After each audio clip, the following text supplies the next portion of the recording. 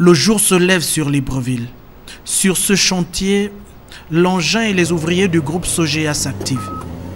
Dans cette capitale, où vit plus de la moitié de la population du pays, l'accès pour tous à l'eau potable est un défi majeur pour le chef de l'État.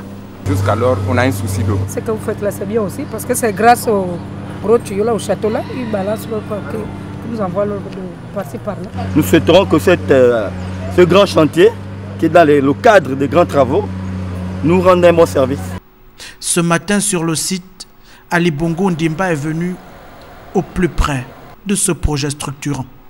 Son objectif, s'imprégner des conditions d'exécution du chantier et apporter des réponses concrètes à la problématique de l'eau potable à Libreville.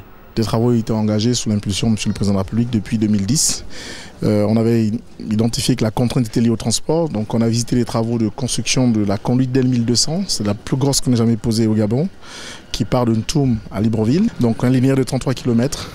À la suite de ces travaux, donc, il y a des travaux qu'on a considérés phase 1, où on a construit donc un réservoir de plus de capacité 7500 au niveau du PK9, puis une conduite en DN 1000 sur 4 km pour arriver au réservoir de la cité de la Caisse, où on a construit le plus gros réservoir qu'on ait jamais construit au Gabon, capacité 10 000. Tous ici en sont conscients, l'eau est source de vie.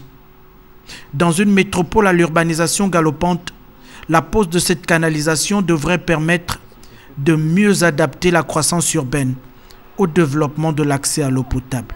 Après 5-6 ans, nous arrivons maintenant à un point qui est très important, c'est que toute la ville de Libreville aujourd'hui est approvisionnée en eau et nous avons couvert donc les besoins des Librevillois sur une période de moins d'une décennie.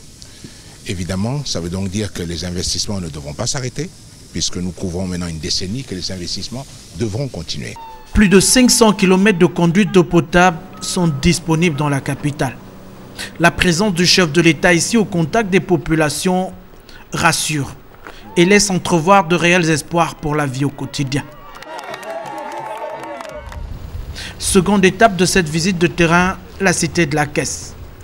Érigé sur les hauteurs de la capitale, ce réservoir d'une capacité de plus de 10 000 m3 est le plus important du Gabon. L'investissement est le fruit de la volonté du président de la République. Il intègre pleinement le processus d'accès pour tous à l'eau potable.